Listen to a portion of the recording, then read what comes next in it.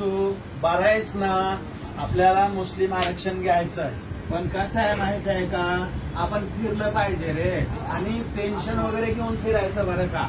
आपल्याला जे आहे ना, जिंदगीभर नोकरी केली रे आपण. मुसलमानाचा काही संबंध नव्हता, पण आता पट गाडीत बसायचं आणि पटमळ निघायचं. बघ झालं का, मराठीतूनच आरक्षण घ्यायचं बरं का. म्हणजे कसं आहे, आपण मराठी मुस्लिम आहेत ना, मराठीमधून बोललं पाहिजे. आपले आबा तेच आहेत ना तिकडचे, त्यांनी म्हणतात बाबा आपल्याला मराठीच केलं पाहिजे.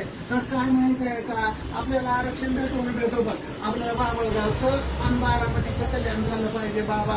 आपल्याला अजित पवाराच्या गटाचा विषय आहे बाबा, त्याच्यासंग लोक जुळले पाहिजे दादा. असं नाही, आणि जिंदगीभर आपण मुस्लिमांच्या बाबतीत काही बोलायचं नाही बरं का. आपली महाबलींची बोलायचं नाही, आसिफाचं काही बोलायचं नाही, विशाळगडचं काही बोलायचं नाही. पट्टमने आरक्षणासाठी गाड्यात बसायचं, निघा फिरायचं बाबा. पण तब्येतीला जपायचं. पावसाळा आहे, कुठं उतरायचं बितरायचं, पाय तुटून घ्यायचं नाही बाबा. नीट राहायचं आणि नीट आरक्षण घ्यायचं बरं का. आपल्याला बरेच लोक मदत करणार आहेत ना, आता चालू झाली आहे मदत. ठीक आहे, घ्या आरक्षण.